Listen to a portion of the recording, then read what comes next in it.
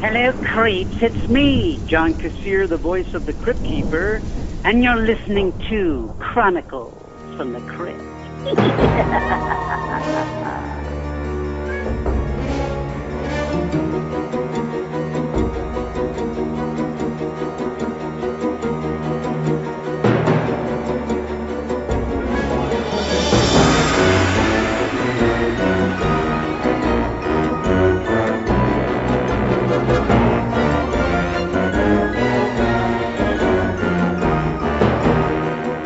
Hello there, I'm Casualty Chris, and Father Malone is currently off dealing with the fog. I am one of the hosts of Chronicles from the Crypt, however, a twice-a-month look at the cult horror anthology series Tales from the Crypt that originally aired on HBO from 1989 to 1996. However, I am not going it alone on this episode. I am joined by award-winning writer and everyone's favorite final girl, Mrs.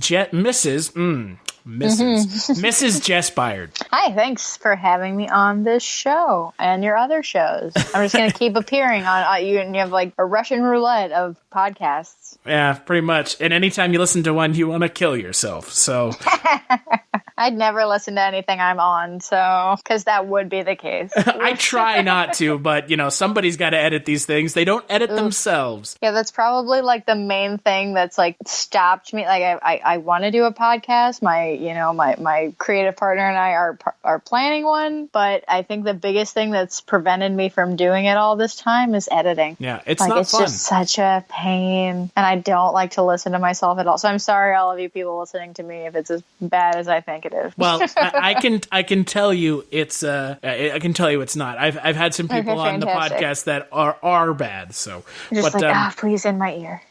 Yeah, just stop talking. Tales from the Crypt is based off the 1950s EC comic series of the same name. And every episode of Chronicles from the Crypt will be taking a look at 2 episodes of the show with some bonus episodes sprinkled in for good measure, covering some of the movies, other Tales shows, and some tangentially associated ephemera that bears a striking resemblance to Tales from the Crypt, including a very Nickelodeon-inspired children's game show in the mid-90s.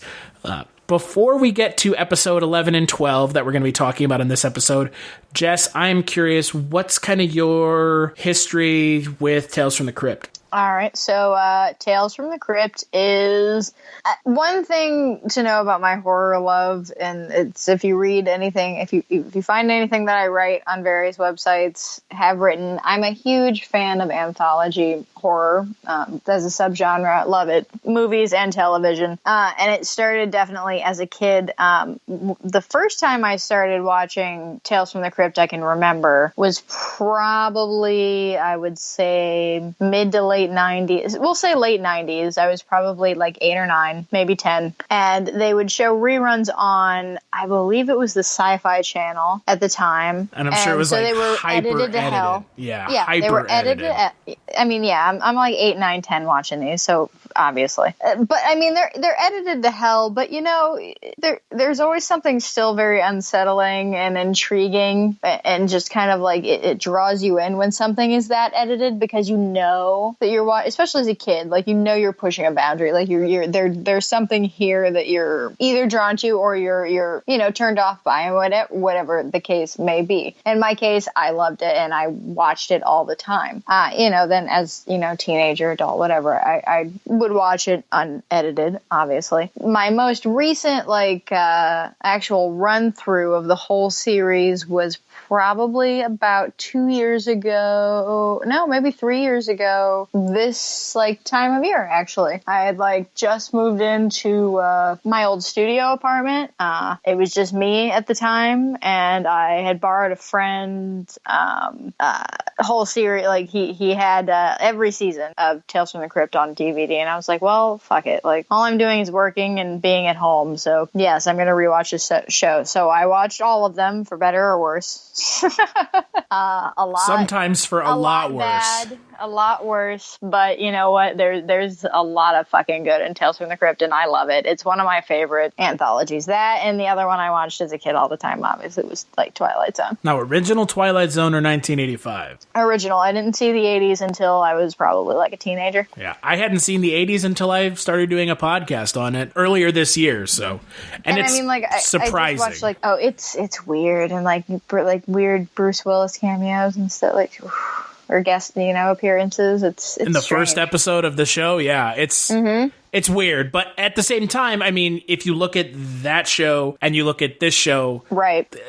It's very similar in kind of what they were going for. It is. I would agree that that the Twilight Zone 80s version would probably be a lot closer, actually, like in comparison to Tales from the Crypt than Twilight Zone itself. Because it was always kind of like Twilight Zone itself. Like, yeah, Rod Serling was cynical, but he was at times, but he was also like super optimistic about people, about like what people can do, and that people can, if you really stop and look around and try to figure shit out and work with each other, that you can change things. And that kind of always came out in his writing. But Tales from the Crypt was always a much more cynical kind of look at everything. Like, I commented to my husband when we were watching these episodes, and I'm like, it's hilarious in all of in pretty much every episode of Tales from the Crypt. It's hilarious to see how quick people are to just decide to kill someone. Oh, yeah.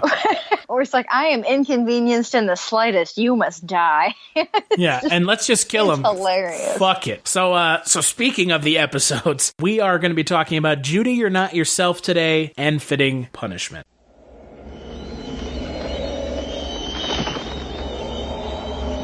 Oh, hello there, fright fans. I've just been sitting here waiting for my blood pack to harden. My cosmetologist said I was starting to look a little lifeless. Much better, eh? Which reminds me, tonight's poison parable is about a couple who take their appearance very seriously. Needless to say, they're going to end up trying to save face. I call this one, Judy, You're Not Yourself Today. Episode aired June 12th, 1990. It's directed by Randa Haynes, written by Scott Nimmerfro. It stars Frances Bay, Carol Kane, and Brian Kerwin. The episode centers around Carol Kane as a housewife who's stressed out by her husband's reckless behavior when she welcomes an elderly cosmetic saleswoman into her house, only to discover that there is a much more sinister plot at foot than just selling Avon. So, Jess, what did you think of this episode? So this episode's real bad. How's that? Can we just? I mean, this episode is like genuinely just really bad. That we're discussing this evening, it's my favorite. Boy, that's like a punch in the face or a punch in the stomach. I mean, they're still bad, but I love Carol Kane. I mean, that's kind of that's a win. I'm gonna like that. That just kind of makes it better instantly, but. No, it's funny because I've seen, like I said, I've seen all of these episodes multiple times and just as recently as a few years ago. And it always amazes me how many that like you just kind of forget exist entirely. Like there's ones you have vague recollections of and ones that come back, but like there's other ones that you're just like, just done. And this one was kind of one that was it. That was definitely it. Like I didn't remember this one at all. And I can see why. It really doesn't make a lot of sense. I don't understand motivations for a lot of things that happen here, or choices that actors made. Yeah, like Carol Kane's accent. Yeah, like which why is the are you most talking that way? What is it? It's so bizarre, and is it English? Is it French? Is it I don't know? Like, is it that weird like kind of like New Englandy like Katharine Hepburn? What do you do? Like, what is that? Yeah, it's a very, and that's the thing, right? And they talk about this a lot with acting. If you make a choice, like commit to it. Have a reason. Yeah, commit to it, but also at the same time, you can't just make a choice like this without some reason. Well, and that's where I wonder, like, is it a choice or was it written into the character? Like, is that a script? Like, is that a writing thing? Or it's like this? Is she supposed to be, a European character of some sort? And Carol Kane was like, well, I guess I'll just wing it. And my voice already sounds weird anyway, so... I mean, in my mind, it's like she's trying to be this character who is very, like, conscious of her appearance, and so maybe they're trying to give her like that kind of, I don't know, loftier accent to make it seem like she's like maybe the kind of person who would kind of speak in a fake accent, right? Be more concerned about their appearance, but at the same time, like it goes unexplored throughout the episode, so it doesn't actually matter, and it just comes off as this strange choice that, like you said, either is in the script, which that's fine, Carol Kane had no choice, or she made that choice, and Randa Haynes was like, yeah, this is fine, do this like, weird accent. Yeah, no, I mean, both of them, both her and her husband, whatever, what's his name? Brian Kerwin? The least recognizable person in this episode. Yeah, Donald, her husband. Yeah, he just like they both just made really strange choices, which kind of leads me to think that it may have been like written in there to try, like this was like an attempt at writing some like weird kind of goofy, eccentric, you know, larger, you know, whatever, exaggerated characters, but it's just written by a person who can't write that kind of character, you know, like it just comes off weird and misplaced. Well, and you know, they have this whole subplot of the husband played by Brian Kerwin he's like really like into guns. Okay. Yeah. Again, kind of explored, but not really. And again, it's just kind of bizarre. And, you know, Scott Nimmerfro is known for a lot of stuff. I mean, he was a producer on Hannibal. Yeah, on Pushing Daisies, on the original X-Men movie featuring Bryan Singer, but we won't go there. I mean, he passed away 2 years ago. I mean, he's known for a lot of really great stuff. And it's just, this is really not good. It's just not, it's not good. It's not good. It's not. This is very much a key. Everybody in this and is involved in this is very much a keep, you know, I'm doing this to keep the lights on sort of thing. Like I'm not working much right at this point, which is weird but Carol Kane was kind of, you know, like in the early 90s, like, you know, 80s and whatever, she was at kind of the height of Carol Kane-ness, right? Like, I guess. How was she in 1990? I don't know. I was born in 1990, so. Yeah, so was I. So I mean, I always know Carol Kane from When a Stranger Calls. But, like, that was in, like, the 70s, right? Right. Yeah, like, that's what I know from in Scrooged, and which was the 80s. Yeah, so, I mean, you know, that's the thing. It's like... So, yeah, I think by the 90s, she was doing some just kind of, like, real low, like, under-the-radar, indie kind of, like, thriller drama. Yeah, and this is kind of in that wheelhouse because this episode's plot of Frances Bay as like a witch looking to steal someone's beauty is also very similar to Only Sin Deep, an episode from the first season featuring Leah Thompson that is like very similar to this episode in like what it's trying to talk about, kind of the whole stealing of the beauty. And look, this is Scott Nimmerfro's first episode that he writes for the show. Mm-hmm. He goes on to write some other episodes. Some of them I can't even remember them from the name, which is terrible to say, but at the same time, like you said, there are some episodes of the show that are gone. Right. I mean, I remember Werewolf Concerto. Yeah. Oil's Well That Ends Well. I remember that one because it's the only one that has John Kassir in it on screen, but the other ones I don't recognize. So it's just kind of weird that like this is his first episode and it feels so all over the place. And like the ending is super bizarre and there's like 3 months later, there's like a weird time jump. And so this also there's also a Night Gallery episode of which I just recently, I think last year, watched those seasons.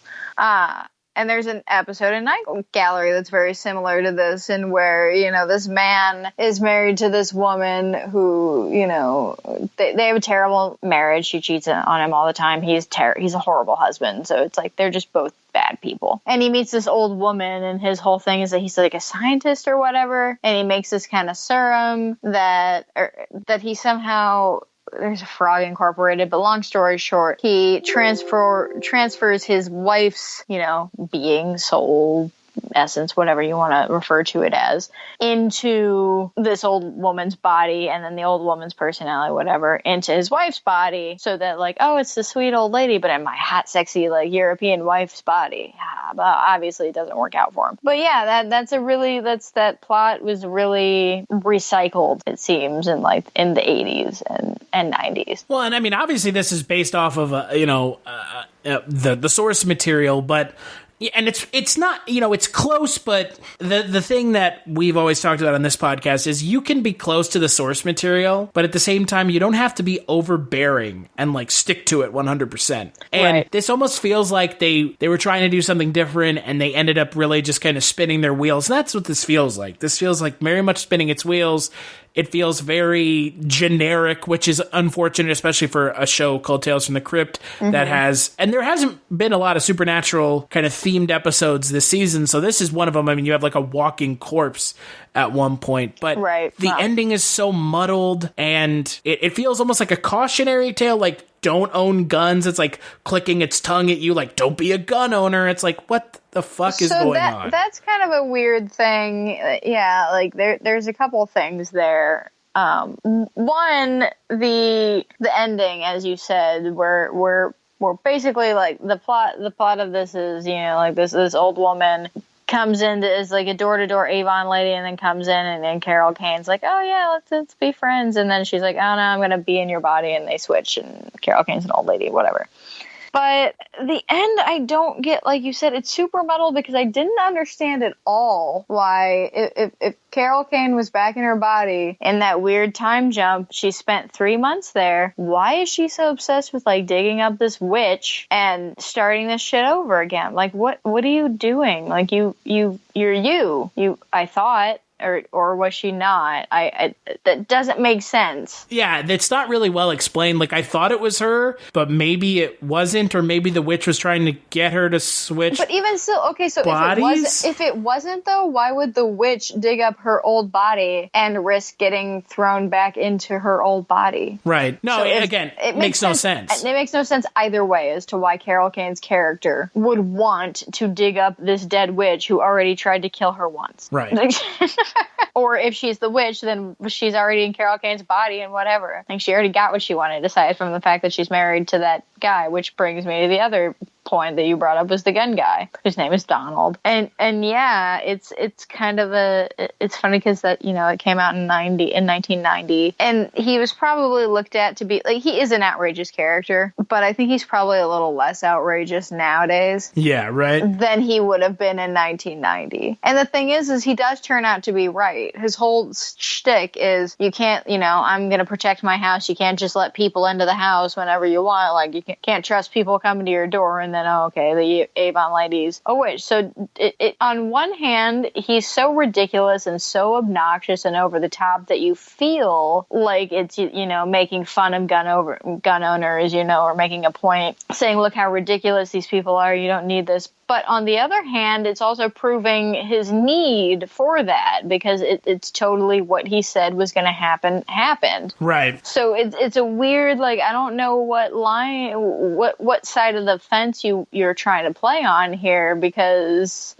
are you making fun of these people or are you validating this behavior? Because either way, I mean, if you're making fun of them, it's really heavy-handed, and if you're validating them, great, good job validating it. Yeah, like, it's just, I don't know. And then his fucking tiger pajamas. Well, and then at the end when he's like all of a sudden has a British accent and he's like saying these like weird lines. I think he says like, I'm James Bond 007. It's like, what is this? Episode goes on 30 seconds too long.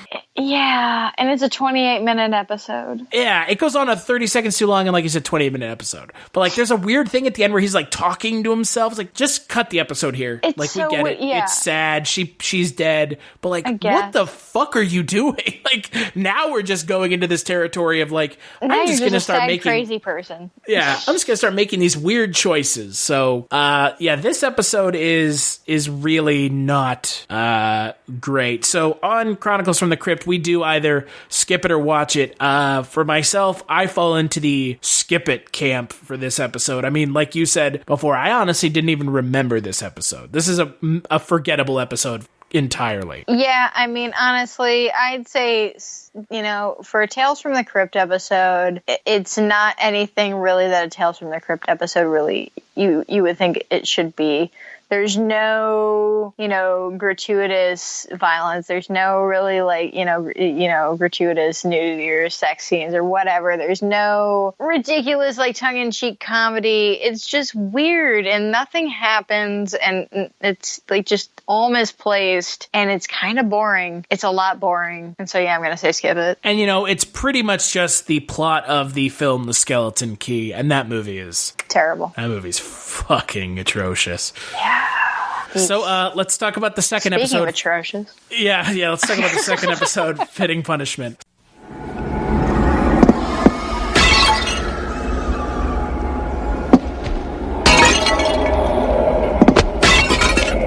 There you are, sports fiends. Dead people like me make excellent point guards. When we can't get off a shot, we simply pass. Away, that is. Speaking of which, allow me to be your fear leader for tonight's halftime show. It's a putrid playlet about my personal favorite sport, being a mortician. I fittingly call it Fitting Punishment. Episode aired June 19th, 1990.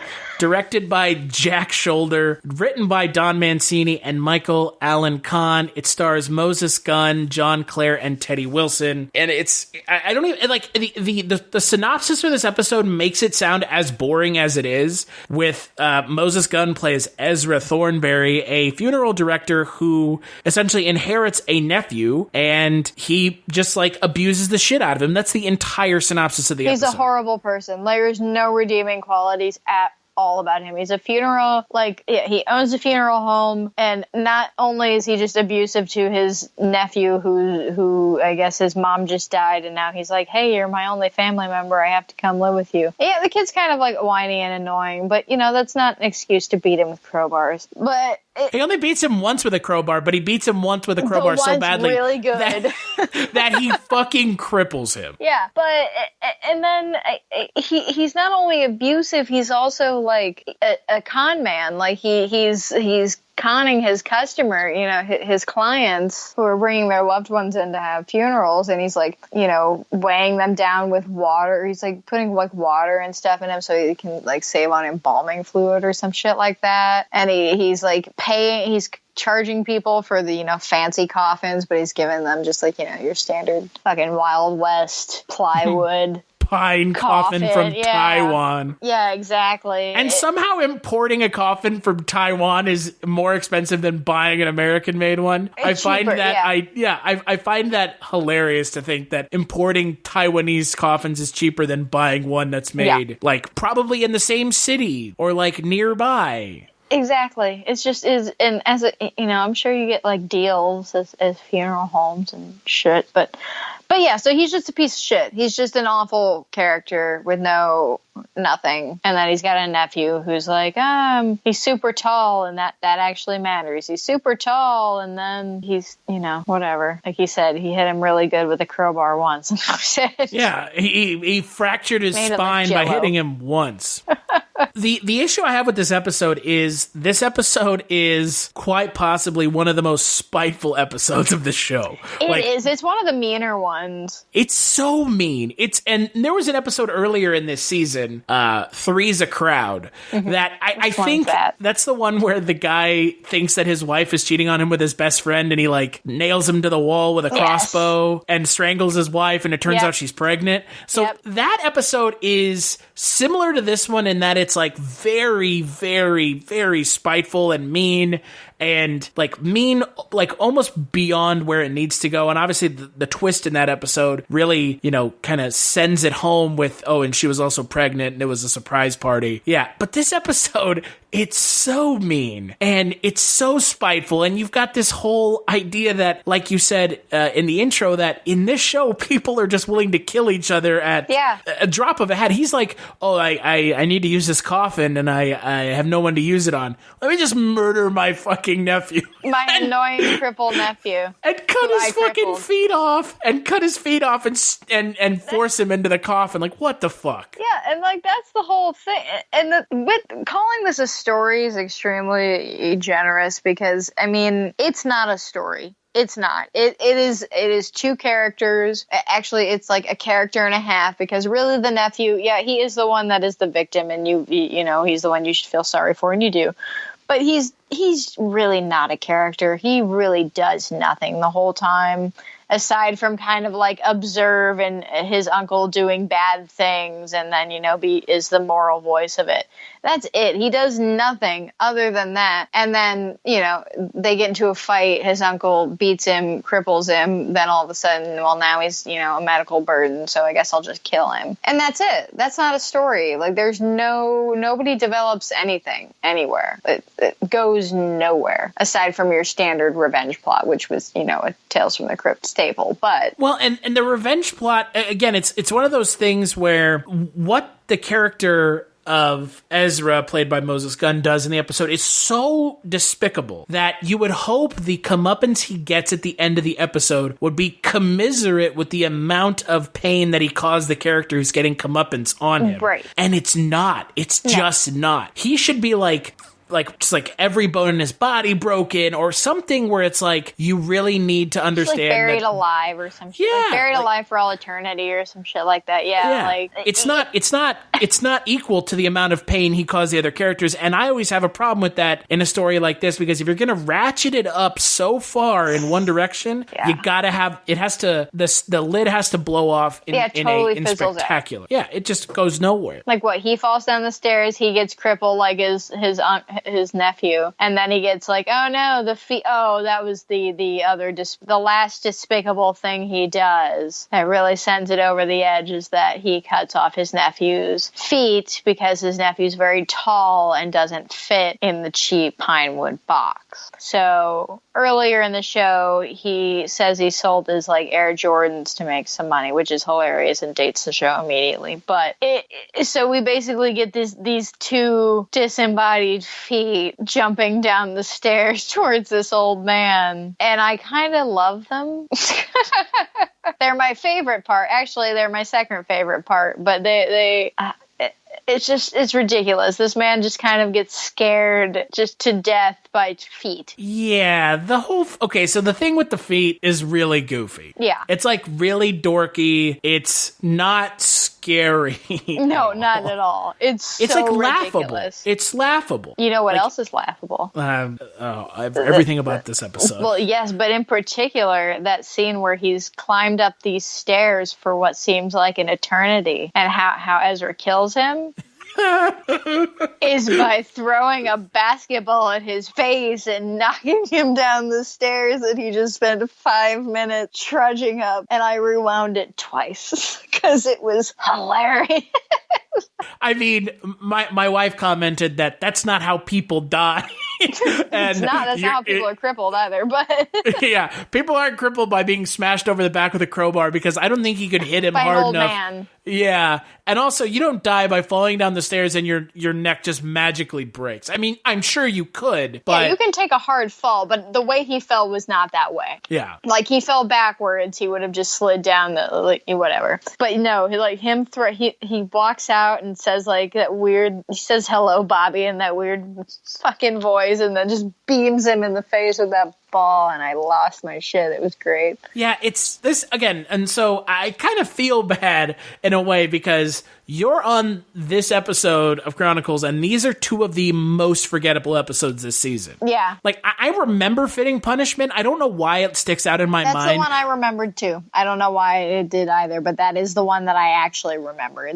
I did not remember anything about the Carol Kane one, but visually, I remembered a lot of Fitting Punishment. Is it maybe because this episode is so mean? I think it is, yeah. I think that it's so, like, if where Judy, You're Not Yourself Today fails mostly, other than like its ridiculous writing, because that can kind of be forgiven here and there for exaggerated characters, but where it really fails is that it's boring. It's dull. Nothing really happens. None of the characters are that, nothing interesting happens. Fitting Punishment, nothing necessarily interesting happens, but it just does have that feel. Like it has just that kind of like, this is just mean and hate, like just mean, hateful. I don't know. It's just over the top. Yeah. And again, there was one of the segments in the Tales from the Crypt film that we did the bonus episode on had Peter Cushing, and it's similar to this, where it's like, it's so mean and so over the top, and you're expecting the comeuppance at the end is really going to be something like completely over the top, as kind of in tune with everything else that happened,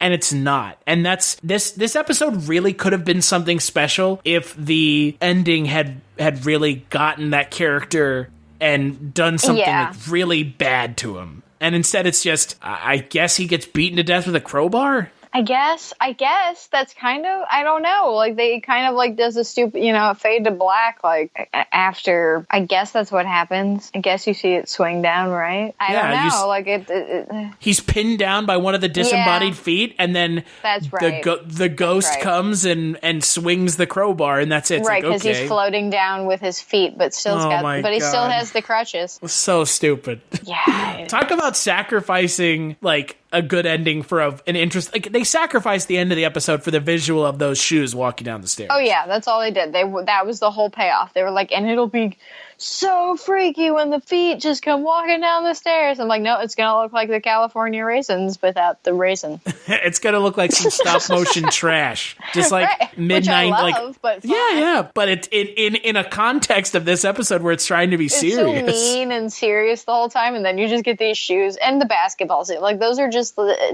I did enjoy those 2 moments of just hilarious, misplaced, like unintentional hilarity. But yeah, I these two are not, not the greatest episodes, but there are plenty of those. So the odds that I would get on an episode to have at least one bad episode were pretty good, I think. Well, and that's the thing that I think a lot of fans of the show, myself included, tend to forget is because there are so many episodes, like any other show, the more episodes of a show you have, the higher percentage of those episodes are going to just be duds. Right.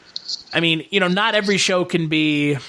I don't know. I mean, I'm not a huge fan of it, but I know that everybody loves Breaking Bad. Oh my God. I you know what I mean? But I think it's fine. Yeah, right. I'm so happy somebody else does. That's like my one thing that I'm like, it's just like, it's okay. Like, I understand why people like it, but it's just... Vince Gilligan was a better writer on The X-Files. Yeah. But it's like that. It's like, you have a show that has 13 episodes a season, and those episodes are probably going to be pretty good. Or you have a show like Black Mirror on Netflix that has like 7 episodes, and they're all pretty good. But Tales from the Crypt had like 20 episodes a season past the first season. So, on HBO. Yeah. Which is weird. And like you're not going to have a fucking home run every episode. Like there are going to be some episodes that are just downright dreadful. And that not only sounds like an episode title, it's also just the fact that so many of these episodes in the second season have been just complete and utter nothing. They've just been a non-episode. They're not like... I think it's like around, I think the third season is one, if I remember correctly, the third season has a lot of like pretty good episodes. But I mean, like, you gotta think, looking back at the time, like when these seasons were coming out, so season 2 were in 1990, so it starts in 89. Like that, at that point, like look at TV's landscape of being just like sitcoms and whatever. So it's just, the television style is a bunch of episodes, and doing something like this where it's like having this anthology style where you're just kind of like, I would love to know what the process and like how the writers' rooms and stuff went for like Tales from the Crypt, like how they got like people on, what the process of writing scripts and stuff for that show was, because I imagine that like it was probably pretty, like it probably wasn't a very well-oiled machine, so there was going to be a lot of like filler, and that's fine. I mean, there's a lot of really forgettable Twilight Zone episodes, and I mean, Twilight Zone is the grandfather of anthology television, and the one that people hold to the highest regard generally. So much so that it's coming back once again. Exactly. And there's a lot of really boring and forgettable episodes. I mean, yeah, there's still Twilight Zone, but yeah, and that's the thing, with Tales from the Crypt, we've been talking about this a lot, Mike and I have, with the problem of the love triangle episodes. Mm-hmm. And thankfully we're past that, but it's kind of a problem that's right for this season. Yeah. But it's one of those things where it's unfortunate that the show has episodes like these two, because some of them aren't even based off of Tales from the Crypt. They're based off of other EC comics, so not Tales, but the other comics that were being put out. And it's like, Judy, You're Not Yourself Today and Fitting Punishment aren't good. No. They're okay. And, Judy, You're Not Yourself Today is actually pretty, I would say it's a bad episode. It's just a storyline mess. It's a mess. It is structurally a mess. It doesn't make sense. There's the reason that the way the characters act, it's just nothing about it makes any goddamn sense. Yeah. And then Fitting Punishment is just so, other side of the spectrum, where it's just a mean episode that doesn't, it also, similar to Judy, You're Not Yourself Today, it just spins its wheels for half the episode. It's just this guy is a mean guy who does mean things. Okay. Great. Yeah, great, awesome. Yeah, what an episode! What an episode! Guy who does mean things and then dies. Yeah, cool. Yeah. So, and in my mind, Fitting Punishment kind of sits right there with Judy, You're Not Yourself Today. It's a skip as well. It's unfortunate. I don't like skipping both episodes on an episode of this podcast, but at the same time, I can't imagine someone watching Fitting Punishment and be like, yeah, this is a good episode. No. I like this a lot. No, that's just, there's nothing to like. It's like hugging a cactus. It's just not going to be good. Yeah. It's actively trying to get you to not like it. Yeah. It's just nothing. No, wait, absolutely skip. Yeah. So on the next episode of Chronicles, we're going to be talking about episode 13 and 14 of season 2. We are nearing the end of season 2. We're going to be talking about Corman's Calamity, which features Harry Dean Anderson. I know that Father Malone, my normal co-host, is not a fan of that episode.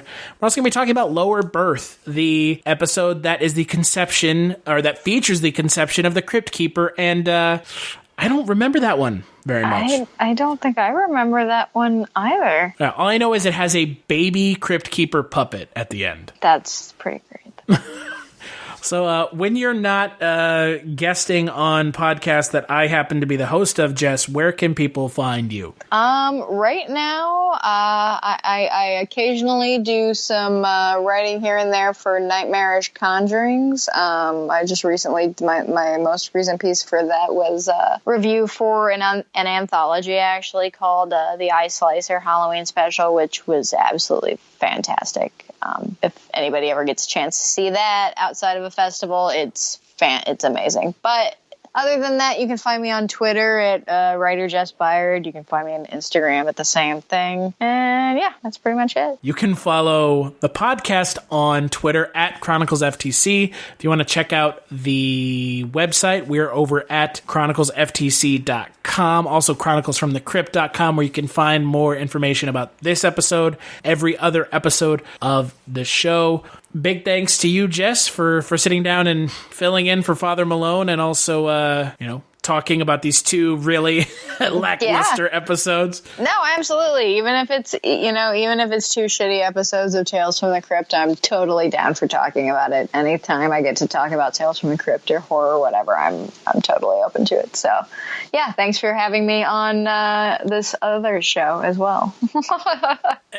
And big thanks, as always, to John Kassir for the intro, and we'll catch you on the next episode.